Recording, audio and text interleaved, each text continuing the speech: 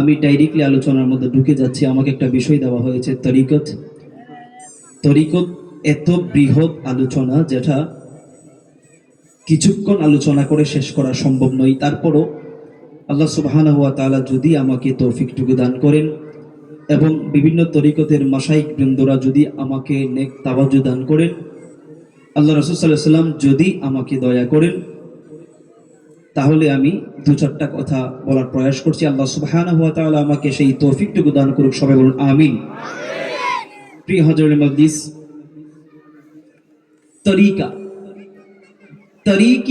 তরিকুন শব্দের অর্থ হলো পথ, রাস্তা। অনেকেই এই তরিকা নিয়ে একটু অ্যালার্জি আছে, যে তরিকা এটা এটা কি, এটা তো কোরআনে নাই, হাদিসে নাই, কিছুতে নাই। ইনশাআল্লাহ আজকে কোরআন থেকে প্রমাণ করবো, যদি আল্লাহ আমাকে তৌফিকটুকু দান করেন। তো হাজরিনের মজলিস, তরিকা এটা হলো রাস্তা, পথ, অর্থাৎ এমন একটা পথ যে পথে আপনি যদি যান তাহলে সিরাতুল মুস্তাকিম, আল্লাহ রাব্বে করিম যে পথের নির্দেশনা দিয়েছেন, ওই পথে যাওয়ার আগে যে রাস্তা, ওই রাস্তাটা হলো তরিকা। বলি না সুবহানাল্লাহ। তাহলে আমরা সবাই তো চাই যে সিরাতুল মুস্তাকিম, সরল সঠিক পথে চলতে। কথা বলেন ঠিক কিনা? নাকি আমরা চাই না সরল সঠিক পথ ছাড়া অন্য পথে যাব? আমাদের সবার ইচ্ছা আকাঙ্ক্ষা সরল সঠিক পথে পরিচালনা যেন আল্লাহ করেন, যেটা সূরা ফাতিহার মধ্যে আল্লাহ সুবহানাহু ওয়া তাআলা 5 নম্বর আয়াতে বলেছেন, বিসমিল্লাহির রহমানির রহিম, ইহদিনাস সিরাতাল মুস্তাকিম। আল্লাহ বলেছেন ইহদিনাস সিরাতাল মুস্তাকিম, যে সরল সঠিক পথে পরিচালনা করুন। বলেন না সুবহানাল্লাহ। সরল সঠিক পথে, এই পথটাই হলো তরিকা। বলি না সুবহানাল্লাহ। আমার বন্ধুরা আমার, এই সিরাতুল মুস্তাকিম, এই সরল সঠিক পথে চলতে গিয়ে এই পথের চতুর্দিকে শয়তান বসা থাকবে। আপনাকে আপনার জেহেনের মধ্যে এমন কিছু দিয়ে দিবে যার কারণে আপনি না বুঝবেন এটা কি আল্লাহর ওলি, আবার কি নবী, এটা না সেটা না, এইরকম আপনাকে ভ্রান্ত করে ফেলবে। যেটার প্রমাণ পবিত্র কুরআনুল মাজিদ সূরা আরাফের 16 নম্বর আয়াতে, যখন শয়তানকে আল্লাহ সুবহানাহু ওয়া তাআলা বিতাড়িত করে, যখন শয়তানকে বলেছিল যে উসজুদলি আদম, আদমকে সিজদা করো, তখন শয়তান অহংকার বশত আদম আলাইহিস সালাতু ওয়াসসালামকে সিজদা করে নাই। তার মধ্যে অহংকারী ভাব ছিল যে আমি হলাম আগুনের তৈরি আর আদম হলাম মাটির তৈরি, আমি কিভাবে আগুন হয়ে নিচে ঝুঁকব? আগুনের কাজই হলো তো উপরে ওঠা। এইরকম নিজেকে নিজে বড় মনে করে অহংকারী ভাব যখন চলে আসলো, আল্লাহ সুবহানাহু ওয়া তাআলার পছন্দ হয় নাই। আল্লাহ তখন সাথে সাথে মালাউন, অভিশপ্ত বলে ঘোষণা করেছেন। তো এই মালাউন ইবলিস তখন আল্লাহর কাছে বলো, আল্লাহ আমাকে এমন একটা শক্তি দাও যে শক্তির মাধ্যমে আমি মানুষের রোগ শিরা উপসরাই ঢুকতে পারবো। কেন? আমি মানুষকে বিভ্রান্ত করব, যে মানুষের কারণে আমি পথভ্রষ্টর কাতারে চলে গিয়েছি, আমাকে বিতাড়িত শয়তান বানিয়ে দিয়েছেন, আমি ওই মানুষকে ভালো থাকতে দিব না। সে প্রতিজ্ঞাবদ্ধ হয়েছিল, যেটা সূরা আরাফের 16 নম্বর আয়াতে আল্লাহ সুবহানাহু ওয়া তাআলা পবিত্র কালামুল্লাহ শরীফে ঘোষণা করছেন যে কল, শয়তান বলল, ফাবিমা, হে আল্লাহ, যেহেতু তুমি আগওয়াইতানি, আমাকে যেহেতু তুমি পথভ্রষ্ট করেছ, লাআকুদান্না লাহুম, আমি অবশ্যই উট পেতে থাকব। দেখবেন একটা বিড়াল যদি একটা ইঁদুর ধরার জন্য প্ল্যান করে, তখন উট পেতে থাকে যে কখন ইঁদুরটা যাবে, কখন বিড়ালটা আক্রমণ করবে। উৎপাতা বুঝেন? এইরকম ঠান্ডা মেজাজে বসে থাকবে, যখন ইঁদুরটা যাবে লাফ দিয়ে গিয়ে ধরে ফেলবে, এইরকম। তো আল্লাহ বলছেন, আল্লাহ আমাকে যেহেতু প্রদ্বষ্ট আপনি করেছেন, সেহেতু লাআকুদান্না লাহুম, আমি অবশ্যই উৎপেতে থাকব তাদের জন্য। কাদের জন্য? সিরাতিকাল মুস্তাকিম, যারা ওই যে সরল সঠিক পথে যারা চলছে, আমি তাদেরকে পথভ্রষ্ট করার জন্য, ওই পথে যারা যারা চলছে তাদেরকে পথভ্রষ্ট করার জন্য আমি শয়তান উৎপেতে থাকবো। বলি না নাউজুবিল্লাহ। শয়তান উৎপেতে থাকবে, আল্লাহর কাছে বলে এসেছেন। সেজন্য সিরাতুল মুস্তাকিম, এই পথে চলাটা বড্ড কষ্টে, সতর্ক থাকতে হবে। এখন আমাকে প্রশ্ন করতে পারেন যে এই পথে আমরা যে চলবো, শয়তান কি অবস্থায় থাকবে? এই কোরআনের আয়াত দ্বারা প্রমাণ পাইলাম, শয়তান উৎপেতে থাকবে, অর্থাৎ সরাসরি বসা থাকবে। আপনি সিরাতুল মুস্তাকিম সরল সঠিক পথে যাচ্ছেন। এক্সাম্পল স্বরূপ বলছি যে এখান থেকে আপনারা যাবেন ডাকাতে। ডাকাতে যেতে হলে রাস্তা কি একটা নাকি কয়েকটা আছে? কেউ যদি মন চাই যাবে বাস যুগে, কেউ যদি মন চাই না আমি যাব এদিকে জাহাজের যুগে, কেউ যদি মন চাই না আমি প্লেন দিয়ে যাব। তাহলে পথ কয়েকটা আছে না? গন্তব্য কি? ঢাকা। গন্তব্য ঢাকা, রাস্তা অনেকগুলা, কিন্তু গন্তব্য একটাই। সেম তরিকা হলো আল্লাহ এবং আল্লাহ রাসূলকে পাওয়া, কিন্তু রাস্তা হলো অনেকগুলা। যেটা দিয়ে আপনি যাবেন, যেটা দিয়ে মন চাই, যে তরিকা মন চাই ওই তরিকাতে আপনি যাবেন, কিন্তু মঞ্জিলে মকসুদ একটাই, আল্লাহ এবং আল্লাহ রাসূলকে পাওয়া। বলি না সুবহানাল্লাহ। সেজন্যই তো কাদেরিয়া, চিশতিয়া, নকশবন্দিয়া, মুজাদ্দিদিয়া, সরোয়ারদিয়া, সাবেরিয়া, নূরিয়া, রুজাকিয়া, এরকম অনেক তরিকত আছে। আমি এটা বলবো শেষে। হাজিরানে মজলিস, শয়তান উৎপেতে থাকবে, আপনাকে বিভ্রান্ত করবে। আপনি যখন সরল সঠিক পথে চলবেন, শয়তান আপনাকে ভ্রান্ত করার চেষ্টা করবে, আপনাকে কুমন্ত্রণা দিবে। কি করছো, কেন মির্জা গিল দরবার শরীফে যাচ্ছ, এখানে তো এইটা হই সেটা হই এইটা হই, এইরকম শয়তান আপনাকে কুমন্ত্রণা দিবে। কারণ শয়তান তো আল্লাহ রাব্বে কারীমের কাছে প্রতিজ্ঞাবদ্ধ হয়েছিল, মনিব আপনি আমাকে পথভ্রষ্টের কাতার নিয়েছেন, আমাকে বিতাড়িত করে দিয়েছেন, আমিও আপনার ওই বান্দাদেরকে আপনার রাস্তা থেকে বিতাড়িত করে দিব। শয়তান তো প্রতিজ্ঞাবদ্ধ হয়েছিল, তো সে তো করবেই, তার কাজই তো ওইটা। আপনি যাবেন বিভিন্ন দরবারে, যাবেন আল্লাহর ওলির মাজারে পাকে যাচ্ছেন, দেখবেন শয়তানের কতগুলা চেলা, শয়তানের কতগুলা অনুসারী আপনাকে বলবে, কি বল মাজারে গিয়ে কি পাবা, মাজারে গিয়ে কি পাবা, আল্লাহর ওলির দরবারে গিয়ে কি করবা, গাউসে পাকের দরবারে গিয়ে লাভটা কি হবে, খাজা মঈনুদ্দিন চিশতির দরবারে গিয়ে লাভটা কি হবে, বাবা লাভটা কি হবে। গাউসে পাক আব্দুল কাদের জিলানী, একটা ওয়াকিয়া বলে আমি আমার আলোচনা শুনে যাচ্ছি। একদিন গাউসে পাক আব্দুল কাদের জিলানীর একদিন একটা মুরিদ, মূর্খ মুরিদ, এত বেশি জানাশোনা নাই, কুরআন হাদিসের এলেম খুব কম।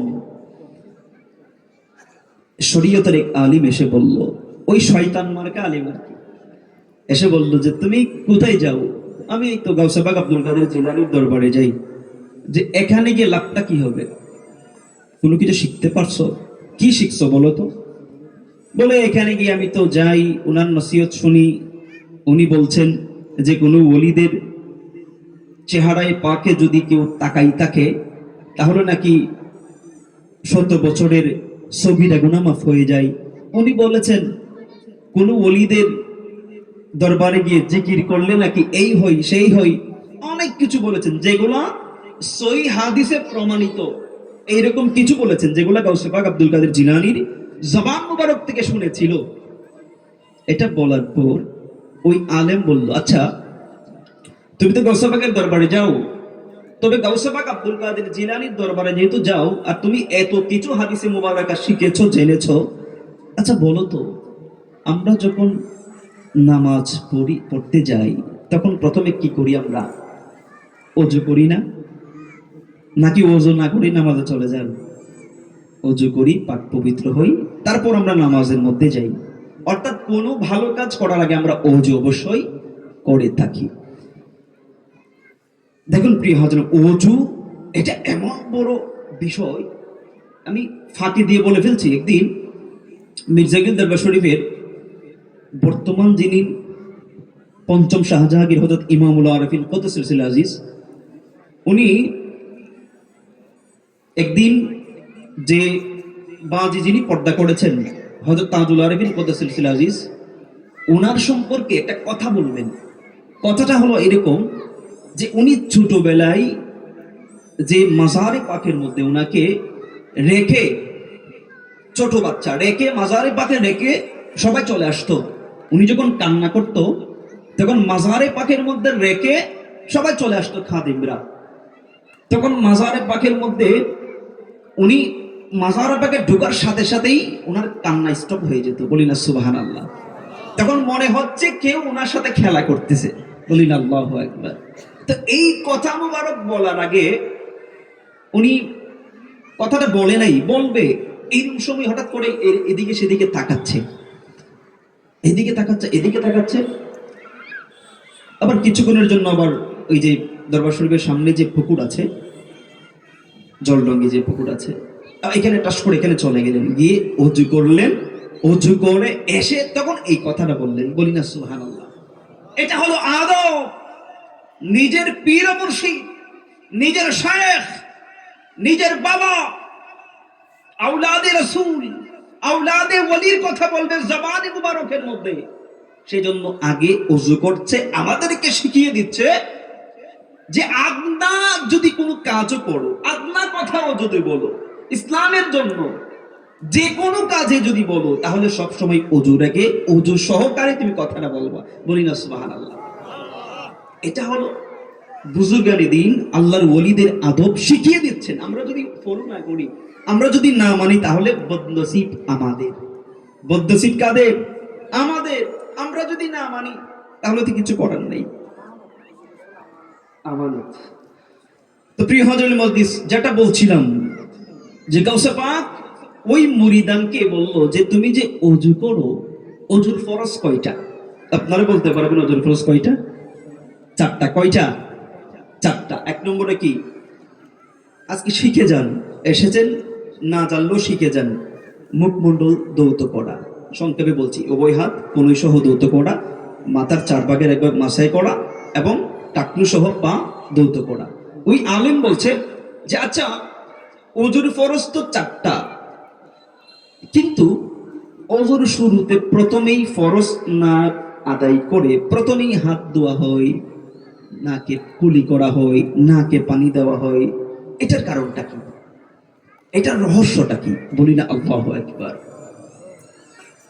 ওই গাউসে পাকের মুরিদ এই প্রশ্ন পাওয়ার পর গাউসে পাকের মুরিদ চোখটা বন্ধ করে দিল, গাউসে পাকের দিকে নজর দিল। নজর দেওয়ার সাথে সাথে গাউসে পাক আব্দুল কাদের জিলানী বেলায়েতের মাধ্যমে উনাকে উপযুক্ত করে ফেলল। সুবহানাল্লাহ। সবকিছু দিয়ে দিলেন গাউসে পাক।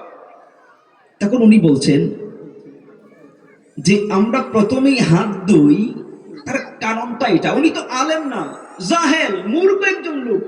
ওনাকে প্রশ্ন করছে। এখন যদি উত্তর না দিতে পারে, তাহলে বলবে গাউসে পাকের মুরিদান হয়ে তুমি উত্তর দিতে পারলা না, হ্যাঁ তোমাদের তরিকা ঠিক নাই, এরকম তো বলে ফেলবে। তখন বলতেছে যে আমরা যে প্রথমে হাতটা ধুই, এটার কারণটা হলো যে হাদিসে মুবারাকার মধ্যে আছে যে পানির 3টা গুণ আছে, রং, গন্ধ, স্বাদ। পবিত্র পানি বোঝার জন্য 3টা পরীক্ষা করতে হবে।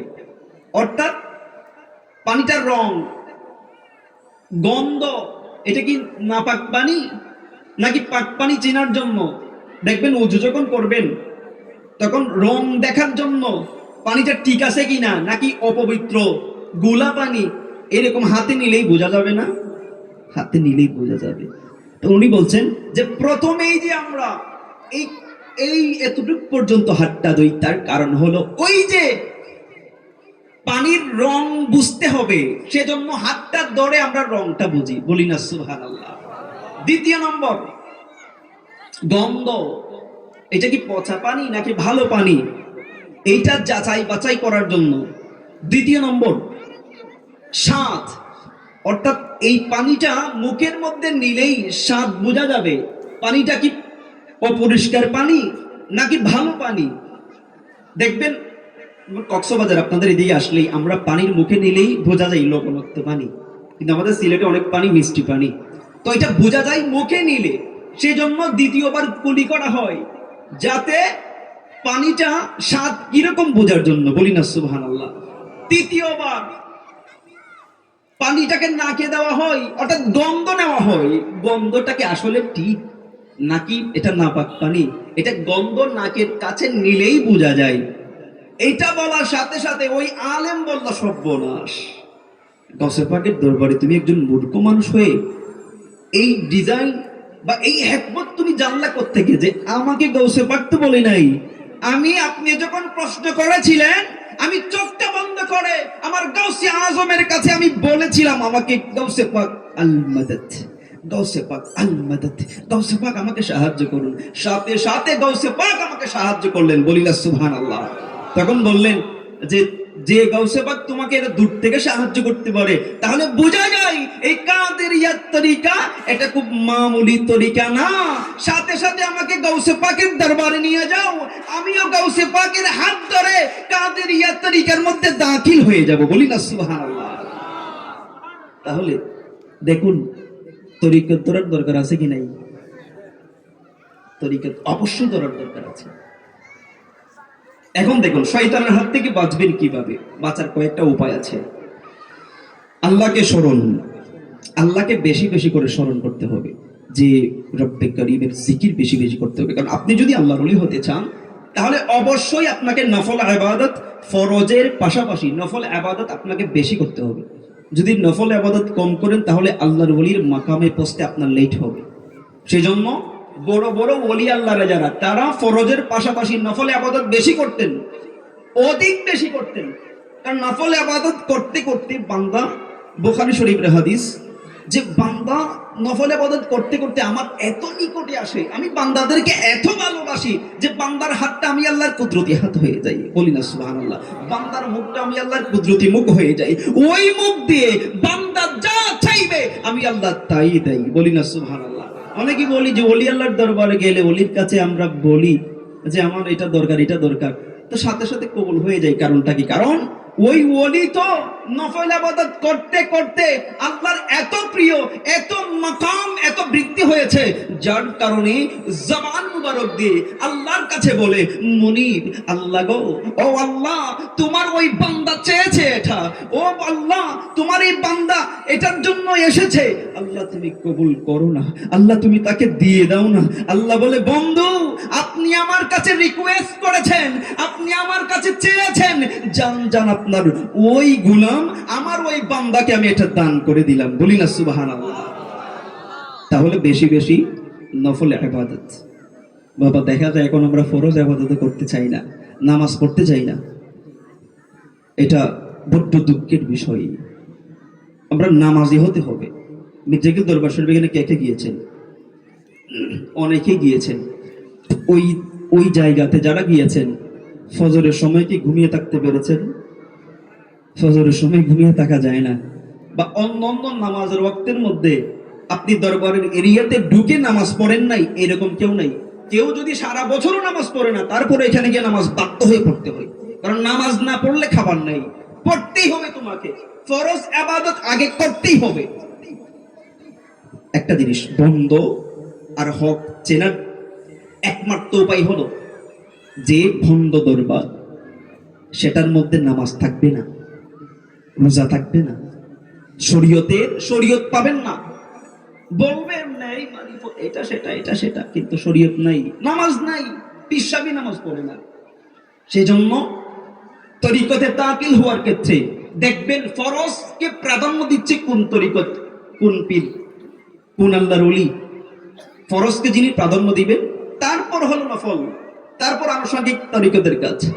দেখবেন আগে নামাজ পড়া হয়, তারপরে ফাতিহা দেওয়া হয়, তারপরে বয়াত করানো হয়, আগে নামাজকে প্রায়োরিটি দেওয়া হচ্ছে। এটা হলো মির্জাকির দরবার শরীফের নিয়ম। এটা এখন না, প্রায় 300 বছর ধরে এই নিয়ম চলে এসেছে, বলি না সুবহানাল্লাহ। কারণ ওনারা তো আওলাদে রাসূল, আমার রসুলের বংশধর ওনারা, তো ওনাদের মাধ্যমে যদি নামাজটা কায়েম না হয় তাহলে কার মাধ্যমে হবে? কারণ আমরা তো কিতাব পড়ে হাদিস পড়ে নামাজের বিষয়গুলা জেনেছি, আর ওনারা তো কিতাব হাদিস পড়েছে এবং প্র্যাকটিক্যাল আমার নবীকে দেখে দেখে শিখেছে। বলি না সুবহানাল্লাহ। তাহলে তাদেরটা বেশি গ্রহণযোগ্য নাকি আমাদেরটা বেশি গ্রহণযোগ্য? তাদেরটা বেশি গ্রহণযোগ্য। সেজন্য তাদের কাছে যেতে হয়, তাদের কাছে গিয়ে শিখতে হয়। যে আমি তো বেকলম, আমি তো, আমার তো লেখাপড়া নাই, যোগ্যতা নাই। তাদের কাছে গিয়ে দেখতে হয় তারা কিভাবে চলছে, কিভাবে পা মোবারক ফেলছে, কিভাবে খাবারের মধ্যে বসছে, কিভাবে হাঁটাহাঁটি করছে। গেলে দেখবেন ওনারা যখন হাঁটাহাঁটি করে এমন ভাবে হাঁটে যে ওনাদের পায়ের নিচে যদি কোনো পিঁপড়া বা এরকম কোনো কিছু যদি পড়ে তাহলে কিচ্ছু হবে না। আল্লাহ রাসূল সাল্লাল্লাহু আলাইহি ওয়াসাল্লাম এরকম ভাবে হাঁটতেন। ওনারা যখন খাবারে যখন বসে দেখবেন সবাইকে বলে, এই তুমি এইভাবে খাবারে বসো, এইভাবে বসো, এক পা উঠাই বসো। অর্থাৎ হাদিস শরীফে যে এরকম নবীজির সুন্নাহ, ওই রকম সুন্নাহ মোতাবেক চলার এবং সুন্নাহ মোতাবেক যেন আপনি জীবনকে পরিচালনা করতে পারেন, সেই নসিহত গুলো, সেই প্র্যাকটিক্যাল নমুনাগুলো ওনারা দেন। বলি না সুবহানাল্লাহ। সেজন্যই তো বলি আল্লাহর দরবারে আমরা যাই, এমনি যাই না তো কিছু পাওয়ার জন্য। তাহলে ভাইয়ের আমার, বন্ধুরা আমার, 2 নম্বর যেটা, এটা হলো এই শয়তানের হাত থেকে বাঁচার জন্য কোরআন এবং হাদিসকে বেশি বেশি পড়তে হবে, হাদিস শরীফ পড়তে হবে, কোরআন মাজিদ তেলাওয়াত করতে হবে। এখন দেখা যায় আমরা কোরআন তেলাওয়াত করি না। আগে সকালবেলা হলে প্রত্যেকটা ঘর থেকে কোরআনের ধ্বনি বের হতো, কিন্তু এখন সকাল কি, রাত 2টা বাজে 3টা বাজে ছেলে ঘুমাচ্ছে, সকালবেলায় 10টা বাজে 12টা বাজে উঠছে। কোত্থেকে কোরআন, রহমত কোত্থেকে আসবে? সকালবেলায় ঘুম থেকে উঠি না, সেজন্য রহমত তো পাহাড়ে চলে যায়। পাহাড়ের গাছপালাতে পানি ঢালতে হয় না। আল্লাহর রহমতে দেখবেন অঢল ফল ফলাদি ভরপুর। কথা বলেন ঠিক কিনা? রহমত তো সব পাহাড়ে দিয়ে দিয়ে আল্লাহ গাছপালাকে দিয়ে দেয়। আপনি চাইতে পারেন নাই, আপনার বদনসিব। আপনি তাহাজ্জুদের সময় উঠে রব্বে করিমের দরবারে একটাবার হাতটা তুলে চোখ দিয়ে পানি ফেলে ফেলে বলুন না, রব্বে করিম, আল্লাহ তুমি তো আমাকে সৃষ্টি করেছো, তুমি তো আমাকে বানিয়েছো। আল্লাহ আমি মুসিবতে পড়ে আছি, আল্লাহ আমার এটা দরকার, আল্লাহ আমি এটা সমস্যার মধ্যে পড়ে আছি। আল্লাহ, আল্লাহ তুমি তো আমাকে বানিয়েছো, তুমি তো আমার সৃষ্টিকর্তা, তুমি না দিলে দিবে কে? আমি গুনাহ করেছি, তুমি না মাফ করলে মাফ করবে তাকে। আল্লাহকে একটাবার চোখ দিয়ে পানিটা বের করে বলুন না, দেখবেন মৌলা করিম শুধু আপনার দিকে তাকিয়েছে, বান্দা একটাবার আমার কাছে তাই, একটাবার আমার কাছে চাই।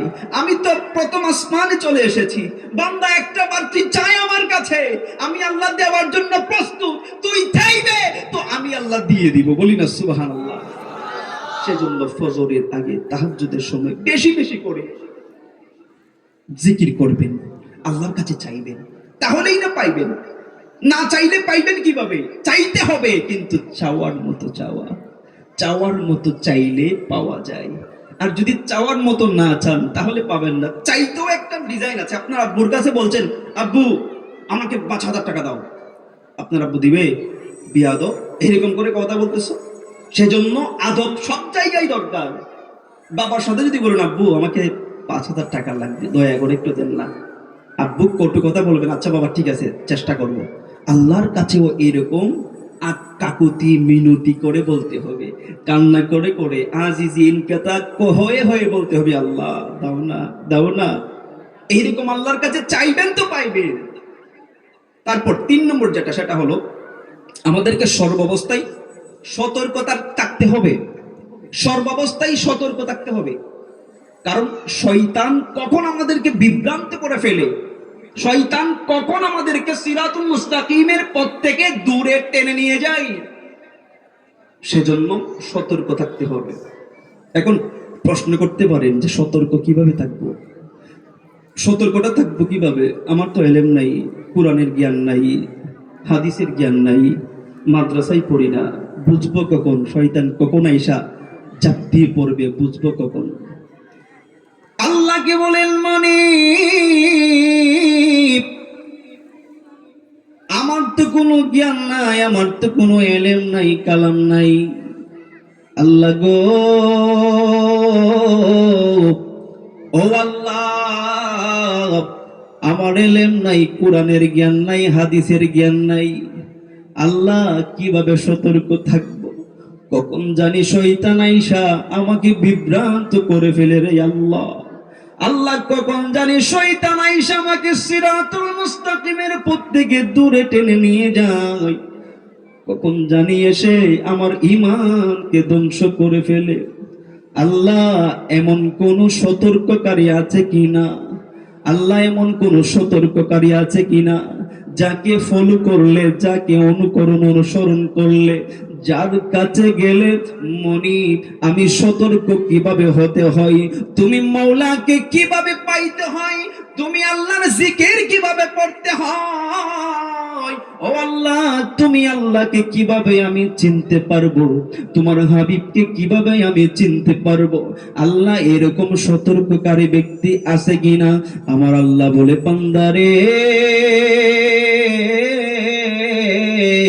ও বান্দা, তুই কোরআন মাজিদ কুল সূরা ফাতিহা 5 নম্বর আয়াতে আমি বলে দিয়েছি বিসমিল্লাহির রহমানির রহিম ইহদিনাস সিরাতাল মুস্তাকিম, তারপর 6 নম্বর সিরাতাল লাযিনা আন'আমতা আলাইহিম। আল্লাহ সিরাতুল মুস্তাকিম পথ কোনটা? আল্লাহ বলছেন সিরাতাল লাযিনা আন'আমতা আলাইহিম, যে পথে আমার প্রিয় বাজন আল্লাহর ওলিরা গিয়েছেন ওই পথটাই হলো সিরাতাল মুস্তাকিম। আল্লাহু আকবার। যে ওই পথটা, ওই আল্লাহর ওলিরা সতর্ককারী। মনি আল্লাহ আর কোন জায়গায় আসেনি, আল্লাহ কোরআনে আর কোন জায়গায় বলছেননি। আমার আল্লাহ বলতেন কুল সূরা তওবার 119 নম্বর আয়াত। আল্লাহ বলছে কোরআনে পাকে আমি বলে দিয়েছি ইয়া আইয়ুহাল্লাযীনা আমানুত্তাকুল্লাহা ওয়া কুনু মা'আস সাদিকিন। সাদিকিন আও সালিহিন বান্দা যারা আছে, অর্থাৎ আমি আল্লাহকে রাজি এবং খুশি যারা করে ফেলেছে, ওই রকম সালিহিন বান্দাদেরকে অনুসরণ করো। তাহলে আল্লাহই তো বলে দিয়েছে সতর্ককারী। আল্লাহ সতর্ককারী কে বলেন? আল্লাহ বলছেন, আল্লাহ কি বলছেন সূরা তওবার 119 নম্বর আয়াতে যে মা সাদিকিন, সাদিকিন ও সালিহিন বান্দা যারা আছে তাদেরকে অনুসরণ করো, তাহলে তুমি সতর্ককারী ডাইরেক্টলি পেয়ে যাবা। বলি না সুবহানাল্লাহ। আল্লাহ যদি তাদেরকে যদি অনুসরণ করি, আল্লাহ করলাম, তাহলে মাকাম কি হবে? যদি তাদেরকে অনুসরণ করতে পারো বান্দা, তাহলে আমি আল্লাহ তোমাকেও আমার বন্ধু হিসেবে গ্রহণ করব। সুবহানাল্লাহ। যে আল্লাহ তাদেরকে অনুসরণ করলে লাভটা কি হবে? যে তাদের মধ্যে তোমাকেও আমি বানিয়ে দিব। আল্লাহ যদি বানাও তাহলে লাভটা কি হবে? আল্লাহ বলছেন আলা ইন্না আউলিয়া আল্লাহি লা খাউফুন আলাইহিম ওয়া লা হুম ইয়াহজানুন। সাবধান, ইন্না আউলিয়া আল্লাহি লা খাউফুন, তাদের কোনো ভয় নাই, চিন্তা থাকবে না যদি এরকম ওলি হতে পারো। বলি না সুবহানাল্লাহ। তাহলে ওলি হওয়া লাভ না ক্ষতি? তাহলে ওলি হতে হলে এই যে আমি আপনাকে 3-4টা পদ্ধতি বললাম, শেষেরটা বললাম সতর্ককারী। আল্লাহ একটা সতর্ককারী আমাদেরকে ব্যবস্থা করে দেন। ওই সতর্ককারী কাউকে যদি খুঁজতে হয়, সতর্ককারীকে খুঁজতে হয়, তাহলে তো ওনার তরিকা মতো যাইতে হবে, ওনার কাছে যাইতে হবে। ওনাকে পাওয়া মাত্র তারপর উনি আপনাকে তরিকা বাতলিয়ে দিবে যে এই রাস্তায় তুমি চলো, এই রাস্তায় চললে মাকামে মাকসুদ, তুমি যে আল্লাহকে পেতে চাও, আল্লাহ রাসূলকে পেতে চাও, তাহলে তুমিও পাইবা। বলি না সুবহানাল্লাহ। সালাতুন ইয়া রাসূলুল্লাহ,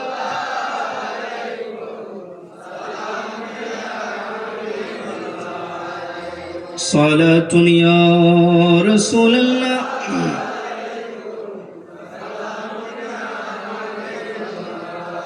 आमद आमद शफीए माशर की है, आमद आमद अपने पैगंबर के है। सलातुन या সালামুন ইয়া। তো প্রিয় হযরত মদিস যেটা বলেছিলাম, তাহলে তরিকা কি বুঝতে পেরেছেন আপনারা? তরিকা হলো রাস্তা, যেই রাস্তার মাধ্যমে গেলে আল্লাহ এবং আল্লাহ রাসূলকে পাওয়া যায়। ওই রাস্তাটা হলো কি? তরিকা। এখন অনেকে বসতে পারে কোরআন আছে হাদিস আছে এগুলো মানো। বাবা কোরআন হাদিস তো আছে, আমি বুঝি, আপনারা বুঝেন না, অনেকেই বুঝেন। এখন তাদের জন্য কি হবে? এই বুঝানোর জন্য তো একজন মাধ্যম ধরতে হবে নাকি? আপনি স্কুলের মধ্যে মাদ্রাসার মধ্যে যে হুজুরদের মাদ্রাসা এখানে প্রতিষ্ঠা হয়েছে, হাসান হুসাইন মাশাআল্লাহ, তো সুন্নিয়া মাদ্রাসা হয়েছে। তো এটা দেওয়ার উদ্দেশ্যটা কি? যে আপনাদেরকে যে কোরআন এবং হাদিসের জ্ঞান, কোরআন এবং হাদিসের জ্ঞানটা প্রচার প্রসার করার জন্য ওনারা একটা মার্কাজ দিয়েছেন। তো এই মার্কাজে তো যেতে হবে, না গেলে পাবেন কিছু? আপনাদের সন্তানদেরকে যদি না দেন তাহলে সন্তানরা কি আলেম হবে? হবে না, জানবে না কিছু। অর্থাৎ যেতে হবে, শিখতে হলে যেতে হয়। এখন আপনি হলেন কোনো জ্ঞান নাই, কোরআন সম্পর্কে জ্ঞান নাই, হাদিস সম্পর্কে জ্ঞান, আপনি কি করবেন? তাহলে অবশ্যই আপনি যেতে হবে ওলির কাছে, অবশ্যই ওলির কাছে যেতে হবে, গিয়ে আপনি জ্ঞান অনুসরণ করতে হবে, তাদেরকে দেখতে হবে, অনুসরণ করতে হবে, অনুসরণ অনুকরণ, এবং তাদেরকে দেখার মাধ্যমে দেখবেন অটোমেটিকলি, কারণ তারা তো হাদিস কোরআন ফলো করে করেই আসতেছে। সেজন্য হক দরবারের সাথে সম্পর্ক রাখতে হবে। হক দরবারের সাথে যদি সম্পর্ক না রাখে তাহলে দুনিয়াও বরবাদ, আখিরাতও বরবাদ।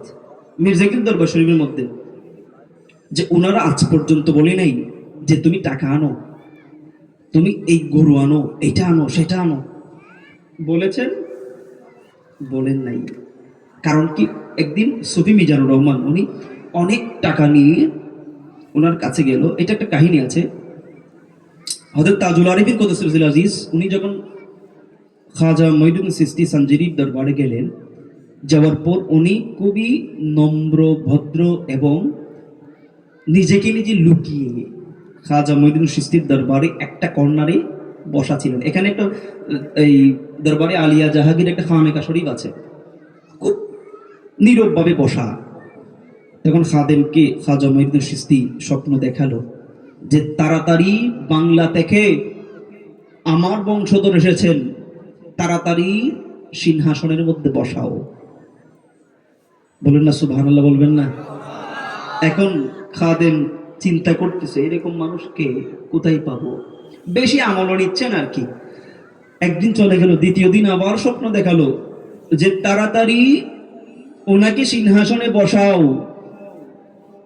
খুঁজতেছে, পাচ্ছে না, ইঙ্গিত দিচ্ছে কিন্তু বুঝতেছে না। তৃতীয় দিন খাজা গরিবী নওয়াজ বলতেছেন যে তাড়াতাড়ি ওনাকে সিংহাসনে বসাও, না হয় দুনিয়ার সবকিছু ত্যাগ করে আমি নিজে ওনাকে সিংহাসনে বসাবো। বলি না সুবহানাল্লাহ। তখন তাড়াতাড়ি গিয়ে দেখলেন এই জায়গার মধ্যেই খাজাই বাঙ্গাল হযরত তাজুল আরিফিন কুদসিলকে এরকম গড়ে গদ্দির মধ্যে সিংহাসনের মধ্যে বসালো। বলি না সুবহানাল্লাহ। তো এটা হলো শাহেনশাহ জাহাঙ্গীর, খাজাই বাঙ্গাল, খাজাই কাউনাইন তুম হো শাহে তাজুল আরিফিন। তো খাজা বাবার কত প্রিয়। তো এই এই এই জায়গা আজমির শরীফ থেকে যখন আসলো, আজমির শরীফ স্বপ্ন দেখলো, একটা বিভিন্ন স্বপ্ন দেখেছে, এখানে দেওয়ার জন্য বলতেছে না খাজাই বাঙ্গালের কাছে যাও, মির্জাকিল দরবার শরীফ। এখানে গেল, যাওয়ার পর বাজি বলতেছে বাজি এটা আমি নিয়ে এসেছি, মানে অনেক কয়েক কোটি টাকা হবে। বাজি বলতেছে এটা গরিব পীরের দরবার না, এটা গরিব পীরের দরবার না, তোমার কিছু লাগলে নিতে পারো। বলি না সুবহানাল্লাহ। এটা গরিব মিসকিন যারা আছে তাদেরকে দিয়ে দাও। তো প্রিয় হাজরের মধ্যে এখান থেকে শিক্ষা যে ওনারা নেওয়ার জন্য আসে নাই। অনেকে দাঁড়িয়ে থাকে কিছু দেওয়ার জন্য, এরকম মুট করে পাশ দিয়ে চলে যায়, অ্যাভয়েড করে চলে যায়, দিতে পারে না। ওনারা তো নেওয়ার জন্য আসে নাই, ওনারা ইলমে মারিফত ইলমে শরীয়ত দেওয়ার জন্য এসেছে। শাহেনশাহ তাজুল আরিফিন কুদসিল আজিজ একদিন বসা ছিলেন শহরের মধ্যে, আমি ওনার কদম মুবারকে বসা। বাজি বলতেছেন যে মানুষে শুধু দুনিয়া চাই, শুধু দুনিয়া চাই, এটা লাগবে, সম্পদ লাগবে, ছেলের এটা লাগবে, বিদেশ যাবে, এটা লাগবে, সেটা লাগবে, একটাবার আখিরাত চাই না, একটাবার জান্নাতের কথা বলে না যে আমি জান্নাত চাই, এটা বলে না কেউ। আমি দেওয়ার জন্য বসে আছি, ওরা চাচ্ছে না। বলি না সুবহানাল্লাহ। এটা হলো শাহেনশাহ জাহাঙ্গীর হযরত তাজুল আরিফিন কুদসিল আজিজ। উনি এত মাকামের ওলি ছিলেন, এত মাকামের ওলি ছিলেন। উনি যখন মায়ের গর্ভতে যখন আসছেন, আসার পর হয়তো শাহেনশাহ জাহাঙ্গীরের আম্মাজান উনি হঠাৎ করে স্বপ্ন দেখলেন যে উনি এমন একটা মজলিসের মধ্যে বসা, যে মজলিসটা বিভিন্ন আল্লাহর ওলিয়া সেই মজলিসে উপস্থিত। বলি না সুবহানাল্লাহ। এমন একটা মজলিসের মধ্যে বসা, যে মজলিসের মধ্যে অনেক বড় বড় মহিলা আল্লাহর ওলিয়ারাও আছে, এই মজলিসের মধ্যে বসা আছে। হঠাৎ করে শাহেনশাহ জাহাঙ্গীর হযরত তাজুল আরিফিন কদ্দাসাল্লাহু সিররাহু আজিজের আম্মা জান হঠাৎ করে দেখছেন আসমান থেকে একটা নূরের টুকরা, নূরের ঝলক উনার দিকে আসতেছে। বলি না আল্লাহু আকবার। একটা নূরের টুকরা আসতেছে, উনি দেখে অবাক হয়ে গেলেন। ডাইরেক্টলি ওনার কাছে আসলেন। উনি ওই মহিলা আল্লাহর ওলিয়াদেরকে জিজ্ঞাসা করলেন, এটা কি? এই নূরটা আমার কাছে যে এসেছে, এটা কারণটা কি? কি এটা? তখন ওই আল্লাহর ওলিয়ারা বসলো যে আপনার গর্বের মধ্যে জাহাঙ্গীরের সিলসিলার চতুর্থ শাহজাহাঙ্গীর তশরিফ রেখেছেন। বলি না সুবহানাল্লাহ। আল্লাহু আকবার কাবীরা। কেমন মাফের আল্লাহর ওলি, কেমন মাফের আল্লাহর ওলি। উনি যেদিন ইন্তেকাল করেছেন শুক্রবারে 9টা কততে, দেখুন উনাকে যে ভালোবাসতে পেরেছে তাকে উনি সাক্ষাৎ না দিয়ে যায় না। ওনার একজন আশিক ছিল, যিনি সুদূর সিলেট থেকে এসেছে দরবার শরীফের মধ্যে বাদীর সাথে দেখা করার জন্য। শহরে গেল, দেখা করতে পারে নাই, হসপিটালে দেখা করতে পারে নাই, দরবার শরীফ আসলো। মনটা খুব খারাপ যে বাদীর সাথে দেখা করতে পারলাম না, এত দূর থেকে আসলাম, পীরের সাথে দেখা করতে পারলাম না। মন খারাপ হয়ে এই শুক্রবারে মাজার শরীফ থেকে হিন্দুস্তানি বিল্ডিং এ আসলেন। হিন্দুস্তানি বিল্ডিং তো চিনেন আপনারা। হিন্দুস্তানি বিল্ডিং এ আসলেন। আসার পর উনি একটু করে ঘুমালেন। 9টা কততে উনি হঠাৎ করে ত্রন্দা যখন আসলো, দেখলো যে ওনার চৌকের সামনে আসমানের মধ্যে শূন্য অবস্থায় শাহেনশাহ জাহাঙ্গীর তাজুল আরিফিন দাঁড়িয়ে আছে। বলি না সুবহানাল্লাহ। উনি দেখতেছেন হিন্দুস্তানি বিল্ডিং থেকে যে বাজি এরকম আসমানের দিকে শূন্যের মধ্যে দাঁড়িয়ে আছেন। উনি তাকাচ্ছেন, তাকাই তাকাই আস্তে আস্তে পিছনে যাচ্ছেন। পিছনে গিয়ে হঠাৎ করে বিলীন হয়ে গিয়েছে। বলি না আল্লাহু আকবার। সাথে সাথে ঘুম থেকে উঠলো, খবর আসছে বাজি পর্দা করেছেন। ইন্না লিল্লাহি ওয়া ইন্না ইলাইহি রাজিউন। তাহলে দেখুন উনি দেখতে গিয়েছিল কোথায়? হসপিটালে। দেখা দিতে পারে নাই, দেখতে পারে নাই, মনের ভিতরে জ্বালা। বাজিকে বলেছে বাজি দেখতে পারি নাই, যাওয়ার সময় দেখা দিয়ে চলে গেছে। সুবহানাল্লাহ। এইরকম আশিক হতে হবে, এইরকম পাগল হতে হবে যে পীরের হাতে বয়াত হোক। এইরকম পীরের এইরকম বিশ্বাস থাকতে হবে, তাহলে ওই পীর আপনাকে দিবে, না হয় দিবে না, পাবে না। জাহাঙ্গীরের সিলসিলা তো মামুলি সিলসিলা নয়। এই আমরা এত সিলেট থেকে চট্টগ্রাম শরীফ এত দূর থেকে কিভাবে আসলাম? আমার আব্বাজান উনি মাদ্রাসায় যখন পড়াশোনা করছেন, তখন হঠাৎ করে একজন মানুষের সাথে ওনার একটা বহস হলো, তর্ক বিতর্ক হলো। হঠাৎ করে উনি বললেন, আচ্ছা ঠিক আছে, তুমি যেহেতু দরবার নিয়ে এরকম বলতেছো, আমার এই টুপিটা নিয়ে এরকম বলতেছো, তাহলে তুমি আজকে কান্নাকাটি করে রাসূলুল্লাহ সাল্লাল্লাহু আলাইহি ওয়াসাল্লামের কাছে ফরিয়াদ জানাও, আমিও কান্নাকাটি করে রাসূলুল্লাহর কাছে জানাবো। রাসূলুল্লাহ ফয়সালা দিবে যে কাটটা সঠিক। বলি না আল্লাহু আকবার। কে ফয়সালা দিবে? নবীজি ফয়সালা দিবে। নবীজিকে কেউ যদি স্বপ্ন দেখে, সত্য না মিথ্যা? ডাইরেক্টলি সত্য, মিথ্যা হওয়ার কোনো সুযোগই নাই। তো আমার নবীজি সেদিন উনিও কান্নাকাটি করে নামাজ পড়ে আল্লাহ রাসূলের কাছে আরজি জানিয়ে ঘুমিয়ে গেল।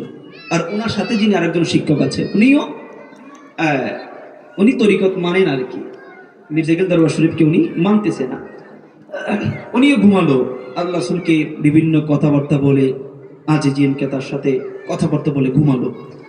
কিন্তু ঘুমের গড়ে আমার আব্বাজান ওনার ঘুমের গড়ে আল্লাহ রাসূল তাশরিফ রাখলেন। বলি না সুবহানাল্লাহ। তাশরিফ রেখে টুপিটা এরকম করে হাতে নিয়ে বলতেছে যে এটা হলো আমার টুপি। বলি না সুবহানাল্লাহ। এটা হলো কার টুপি? আমার টুপি। আমি এরকম বলতেছে যে গরিব পীরের দরবারে যাচ্ছি, তুমি যাবা না? আল্লাহু আকবার। দেখবেন সেজন্যই মির্জাকুল দরবার শরীফের গরিবানা সুরত সব সময়, আপনি হাজার ধনী হন মাটিতেই বসতে হবে, আপনার জন্য সোফা নাই, সোফা নাই। যে আমি গরিব পীরের দরবারে যাচ্ছি মির্জাকিল শরীফে, তুমি যাবা না? আবু বলতেছে হ্যাঁ আমি যাবো ইয়া রাসূলুল্লাহ। তখন ওঠার পরে সকালবেলায় যখন এরকম চেহারা পরিবর্তন হয়ে গিয়েছে, তখন ওনার কাছে যাওয়ার পরে উনি বলতেছেন আমাকে মাফ করবেন, আমি দেখি নাই, আপনি অবশ্যই দেখেছেন, কারণ আপনার চেহারাই বোঝা যাচ্ছে। বলি না আল্লাহু আকবার। এটা হলো মির্জাকুল দরবার শরীফ।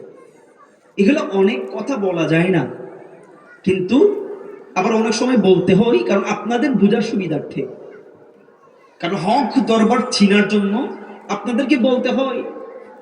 না বললে মনের মধ্যে একটু সন্দেহ থাকে, কারণ শয়তান তো বসে আছে, ওয়াসওয়াসা দিবে, সন্দেহ সৃষ্টি করবে আপনার মধ্যে, আপনাকে সন্দেহ সৃষ্টি করে আপনাকে বিপদগামী করে ফেলবে।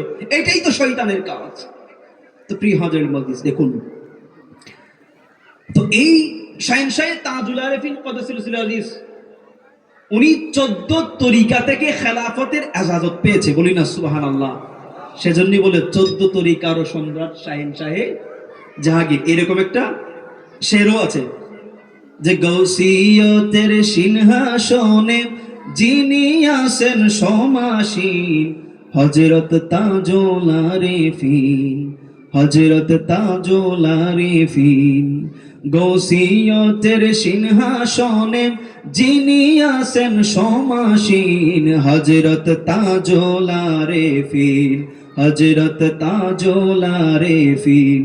ফাতিমিন সলে তিনি নবীর বংশের সসীম, কাদের সিলসিলা মতে যুগের শ্রেষ্ঠ ঋষি, কাদের সিলসিলা মতে যুগের শ্রেষ্ঠ ঋষি। কুররাতুল লিল আইনে রাসূল, কুররাতুল লিল আইনে রাসূল, রাহমাতাল লিল আলামিন, হযরত তাজুল আরিফিন, হযরত তাজুল আরিফিন। হাকিকতে বড় পীরম হাল খাজা আজমির, মারেফতের মহা সম্রাট সুযোগ নায়েব নবীর।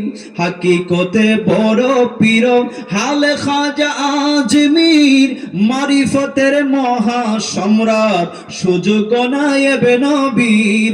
14 তরিকার সম্রাট, 14 তরিকার সম্রাট, শাহেন শাহে দুনিয়া দিন, হযরত তাজুল আরিফিন, হযরত তাজুল আরিফিন। বলি না আল্লাহু আকবার।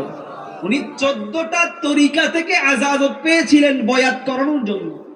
অনেকেই একটা তরিকা, দুইটা তরিকা থেকে, হয়তো কাদেরিয়া, না হয় সিস্তিয়া, নকশবন্দিয়া, মুজাদ্দিদিয়া, 4টা তরিকা থেকে ইজাজত পাই যে বয়াত করান। কিন্তু উনি 14 তরিকার সম্রাট ছিলেন। বলি না সুবহানাল্লাহ। এই 14 তরিকার সমন্বয়ে যে তরিকা, এইটা হলো জাহাঙ্গীরিয়া তরিকা। বলি না সুবহানাল্লাহ। এই জাহাঙ্গীরিয়া তরিকার প্রবর্তক যিনি ছিলেন, বানিয়ে মির্জাকিল দরবার শরীফ প্রথম শাহজাহাঙ্গীর হযরত শেখুল আরিফিন কদসিল আজিজ। বলেন আল্লাহু আকবার। তো উনি প্রথম শাহজাহাঙ্গীর, উনি 4টা তরিকার ইজাজত পেয়েছিলেন। একটা হলো কাদেরিয়া, চিশতিয়া, আবুল উলাইয়া এবং ফেরদৌসিয়া। এগুলো আপনারা অনেক সময় জানবেন না, আমরা বিভিন্ন কিতাব পড়ে পড়ে এগুলো আমরা এক জায়গায় সংরক্ষণ করেছি। তো 4টা তরিকা, অর্থাৎ 4টা রাস্তা, যে 4টা রাস্তায় একটা অনুসরণ করলেই আল্লাহর এবং আল্লাহ রাসূলের কাছে যাওয়া যাবে। বলি না সুবহানাল্লাহ। এইরকম 4টা তরিকা থেকে ইজাজত পেয়েছিলেন বয়াত করানোর। একটা হলো কাদেরিয়া, চিশতিয়া, এটা বলে কলন্দরিয়া থেকে এসেছে, আর একটা হলো আবুল উলাইয়া, আর একটা হলো ফেরদৌসিয়া। এই 4টা তরিকা থেকে উনি প্রথম ইজাজত পেয়েছেন। তারপর আসলো দ্বিতীয় শাহজাহাঙ্গীর হযরত ফখরুল আরিফিন কদসিল আজিজ। উনি আরো 3টা, এই 4টা তো পেয়েছেই, এর সাথে আরো 3টা অ্যাড হয়েছে। উনি আবার ইজাজত পেয়েছেন নিজামিয়া, সাবিরিয়া, রাজ্জাকিয়া, আরো 3টা। তাহলে কয়টা হলো? আগে 4টা, এখন 3টা, 7টা। দ্বিতীয় শাহজাহাঙ্গীর 7টা তরিকা থেকে ইজাজত পেয়েছিলেন। 7টা তরিকা থেকে উনাকে বয়াত করানোর ইজাজত দিয়েছিলেন, নিয়ামত দিয়েছিলেন। তারপর আসুন চতুর্থ শাহজাহাঙ্গীর, কারণ একজন থেকে আরেকজনের পাওয়ার আরো বেশি বেশি হবে। বলি না আল্লাহু আকবার। একজন থেকে আরেকজনের ক্ষমতা আরো বেশি হবে। উনি পেয়েছেন 14টা তরিকার, 14টা তরিকা থেকে উনি পেয়েছেন। বলি না সুবহানাল্লাহ। এই 7টা গেল, তারপর দেখেন 8 নম্বর উনি আবার পেয়েছেন কাদেরিয়া তরিকাটা পেয়েছেন কুদ্দুসিয়া থেকে, কাদেরিয়া কুদ্দুসিয়া। তারপর নকশবন্দিয়া পেয়েছেন, সরওয়ারদিয়া থেকে পেয়েছেন, মাদারিয়া থেকে পেয়েছেন, কিবরিয়া থেকে পেয়েছেন, এবার আফলাহিয়া তরিকা থেকে উনি আজাদত পেয়েছেন। শেষে নুরিয়া তরিকা থেকে আজাদত পেয়ে 14 তরিকার সম্রাট উনি হয়েছেন। বলি না সুবহানাল্লাহ। সেজন্য 14টা তরিকা থেকে নিয়ামত পেয়ে পীর হয়েছে। বলি না আল্লাহু আকবার। মামুলি কেউ না, সাধারণ কেউ না। সেই জন্যই তো ওনার মাকাম এত বেশি, যিনি 14 তরিকার সম্রাট, শাহেনশাহ জাহাঙ্গীর তাজুল আরিফিন কুদসিল আজিজ। তাহলে আসুন, প্রথম যে তরিকাটা কাদেরিয়া তরিকা, আমরা এই তরিকা সবাই জানি না? এই তরিকা সম্পর্কে সবাই ওয়াকিবহাল আছি তো, জানাশোনা আছে তো? কাদেরিয়া তরিকা গাউসে পাক আব্দুল কাদের জিলানী আল গিলানী আল বাগদাদি। বলি না সুবহানাল্লাহ। এই কাদেরিয়া তরিকা, এই গাউসে পাক আব্দুল কাদের জিলানী, উনি কেমন বড় মাপের হাস্তি! গাউসে পাক আব্দুল কাদের জিলানী কেমন বড় হাস্তি দেখুন। গাউসে পাক উনি এইভাবে মামুলি আবাদত করে করে গাউসে পাক হয়ে যায়নি। আমরা তো বলি আমি আল্লাহর ওলি হব, আমি আল্লাহর ওলি হব, কিন্তু আমি নামাজ পড়ি না, রোজা রাখি না, নফল ইবাদত বন্দেগী করি না। আল্লাহর ওলি হবে কিভাবে? আল্লাহর ওলি হওয়ার জন্য তো কাজ করতে হবে বাবা, কাজ না করলে তো ওলি হওয়া যায় না। গাউসে পাক আব্দুল কাদের জিলানী দিনের বেলায় মাদ্রাসায় নিজামিয়ার মধ্যে পড়াশোনা করতেন এবং রাতের বেলায় পাহাড়ের জঙ্গলে গিয়ে ইবাদত বন্দেগী করতেন। বলি না সুবহানাল্লাহ। আমরা করছি, আমরা শীতের বেলায় একটু ঠান্ডা লেগেছে, রাতের বেলায় ঘুম, ফজরের আজান কোন দিকে দেয় খবর নাই, বান্দা আবার ওলি হয়ে যাব। গাউসে পাক আব্দুল কাদের জিলানী রাতের বেলায় সারা রাত পাহাড়ে জঙ্গলে ইবাদত করার মগ্ন থাকতো। উনি তো ওলিদের ওলি, যার মাকাম সমস্ত ওলিদের ঊর্ধ্বে। উনি যদি কাজ না করে হবে, অন্যান্য ওলিরা শিখবে? গাউসে পাক আব্দুল কাদের জিলানী দিনের বেলায় মাদ্রাসায় নিজামের মধ্যে পড়াশোনা করত, রাতের বেলায় পাহাড়ে জঙ্গলে চলে যেত। একদিন একটা রাস্তা দিয়ে, এই পাহাড়ের পথ ধরে এই রাস্তা দিয়ে যাচ্ছে, প্রতিদিন একই রাস্তায় যাচ্ছে। আর ওই পাহাড়ের পাদদেশে একটা ঘর আছে, যে ঘরের মধ্যে একটা বৃদ্ধা মহিলার বৃদ্ধ লোক বসবাস করত। প্রতিদিন দেখে কি ব্যাপার, এই ছেলেটা প্রতিদিন সন্ধ্যা যখন হয় ওই রাস্তা দিয়ে পাহাড়ি জঙ্গলে চলে যায়, আবার ফজরের আজানের পরে দুনিয়া যখন সকাল হয়ে যায় আবার এই ছেলেটা আবার এদিকে চলে আসে। কারণটা কি? এভাবে কয়েকদিন দেখলো, অনেকদিন দেখলো, সন্দেহ তো জাগবেই। আপনাদের বাড়ির পাশ দিয়ে যদি কেউ এরকম যায়, সন্দেহ জাগবে, কি ব্যাপার, কোথায় যাচ্ছে, কি এইরকম সন্দেহের কারণে ওই মহিলা তার স্বামীকে বলল, স্বামী গো, ও স্বামী, একটাবার দেখো না ওই একটা সন্তান, যে ছেলেটা সকাল বেলায় এদিকে পাহাড় থেকে আসে, আবার সন্ধ্যা হলে আবার পাহাড়ে চলে যায়, খোঁজ খবর নাও না, দেখো না কে? অবাক করা কাণ্ড। ওই লোক গেল, গিয়ে বলল, বাবা আপনার বাড়ি কোথায়? জিলানে। আচ্ছা, তো বাবা এখানে কি করে? তো মাদ্রাসায় নিজামিয়ার মধ্যে পড়াশোনা করছি। এখন কোথায় যাচ্ছে? যে আমি পাহাড়ে যাব একটু করে ইবাদত বন্দেগী, নির্জনে ইবাদত করার জন্য, নির্জনে ইবাদত বন্দেগী করার জন্য আমি পাহাড়ে যাচ্ছি। দেখুন গাউসে পাক আব্দুল কাদের জিলানী, ওনাকেও শয়তান ওয়াসওয়াসা দেওয়ার জন্য আসছিল পাহাড়ে, কথায় কথায় চলে আসতেছে। উনি পাহাড়ের মধ্যে একদিন খাবে, খিদা লাগছে, আল্লাহর কাছে বলছে, আল্লাহ খিদা লাগছে, কি করব?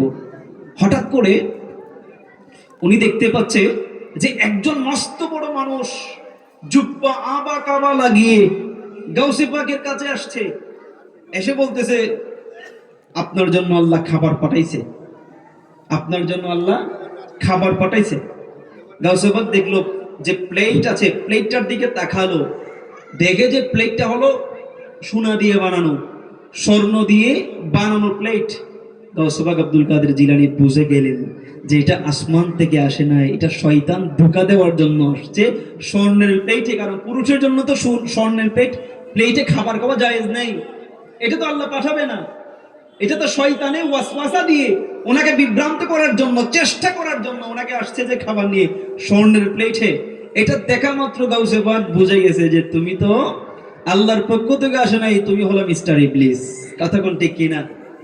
তখন সাথে সাথে বুঝে গেল এই শয়তান ইবলিস, তাড়াতাড়ি পালাইলো। তো গাউসে পাক কি যদি এরকম করে ওয়াসওয়াসা দেওয়ার জন্য আসে, আমাদেরকে তো দিবেই। তো প্রিয় হযরতুল মজলিস, তখন ওই মহিলাটা স্বামীকে বললো একটু করে দেখো ওনাকে আমাদের বাসায় রাখা যায় কিনা, যদি আমাদের বাসায় রাখা যায় তাহলে তো আমরা ভালো তকদিরওয়ালা, কপাল খুলে যাবে। গাউসে পাক আব্দুল কাদের জিলানীকে বলল, বাবা আপনি পাহাড়ে গিয়ে ইবাদত বান্দেগি করতে হবে না, আপনি আমার ঘরের মধ্যে ইবাদত বান্দেগি করুন। বলি না আল্লাহু আকবার, যে আমার ঘরে ইবাদত বান্দেগি করুন। গাউসে পাক বলল, আপনার ঘরে যেতে পারি, তবে কন্ডিশন হলো তিনটা। কয়টা? তিনটা কন্ডিশন, শর্ত আছে তিনটা।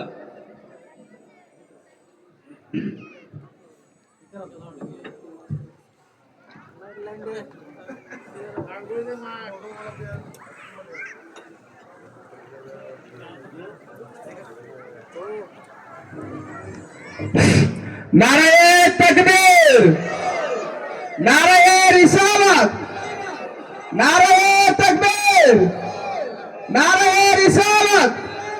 প্রধান বক্তার আগমন, মুসলিমবাসীর পক্ষ থেকে লাল গোলাপ শুভেচ্ছা।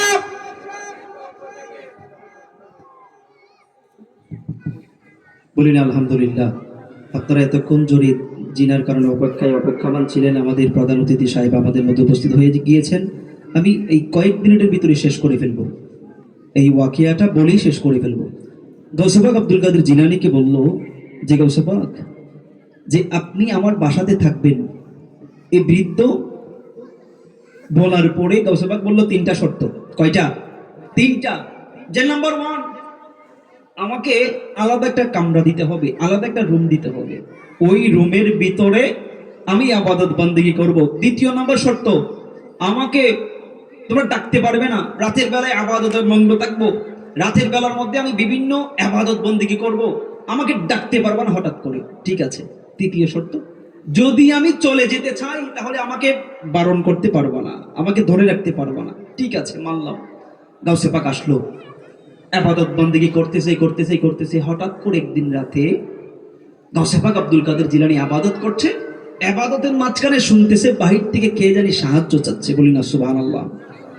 গাউসে পাক আব্দুল কাদের জিলানী অবাক হয়ে গেলেন, এত রাতে কে ডাকে, কে সাহায্য চাই? দিনের বেলা না রাতের বেলায় সাহায্যের জন্য এসেছে। গাউসে পাকের ইবাদত বান্দেগি করছে, বিঘ্ন ঘটছে। গাউসে পাক দরজা করলেন, খুলে দেখলেন একটা লোক দাঁড়িয়ে আছে, আর একটা ছোট্ট বাচ্চা নিচে শুয়ে আছে। গিয়ে বললেন, বাবা কি হলো, এত রাতে আমাকে জাগাচ্ছ কেন, আমাকে ইবাদত বান্দেগি করতে দিচ্ছ না কেন, তোমার কি দরকার এত রাতে? গাউসে পাককে বলছে, বাবা আপনি কে আমি তো তা জানি না, কিন্তু দেখেন আমার একটা সন্তান আজকে ইন্তেকাল করেছে, তাকে দাফন দেওয়া, কাফনের কাফন কেনা, এই কেনার মতো টাকা আমার কাছে নাই, পয়সা আমার কাছে নাই, সেজন্য সাহায্য চাচ্ছি। গাউসে পাক আব্দুল কাদের জিলানী ওনার জালালিয়ত প্রকাশ পাইল। উনি ওই বাচ্চাটার দিকে তাকিয়ে বলল, এ বাচ্চা, তোমার বাবার কাছে টাকা নাই, কাফনের কাপড় কেনার মতো টাকা নাই, আর তুমি শুয়ে আছো, তাড়াতাড়ি আল্লাহর হুকুমে তুমি উঠে যাও। বলি না আল্লাহু আকবার। সাথে সাথে বাচ্চা লাফ দিয়ে উঠে গেল। বলি না সুবহানাল্লাহ। এটা হলো গাউসে পাক আব্দুল কাদের জিলানী। আল্লাহ সুবহানাহু ওয়া তাআলা গাউসে পাক আব্দুল কাদের জিলানীর তরিকা, কাদেরিয়া তরিকা এবং 14 তরিকার উপর শাইন শাহ জাহাঙ্গীর হযরত তাজুল আরিফিন কুদসিল আজিজ ওনার 14 তরিকার উপর থাকার তৌফিক আমাদেরকে দান করুক। সবাই বলুন আমিন। ওয়া আখিরু দাওয়ানা আলহামদুলিল্লাহি রাব্বিল আলামিন। আসসালামু আলাইকুম ওয়া রাহমাতুল্লাহি তাআলা ওয়া বারাকাতুহু। যদি আমার কথার মাধ্যমে কোনো ভুল বেয়াদবি হয়ে থাকে আমাকে দয়া করে মাফ করে দিবেন। ইনশাআল্লাহ আল্লাহ সুবহানাহু ওয়া তাআলা আপনাদেরকেও মাফ করে দিক। সবাই বলুন আমিন। আসসালামু আলাইকুম ওয়া রাহমাতুল্লাহি তাআলা ওয়া বারাকাতুহু।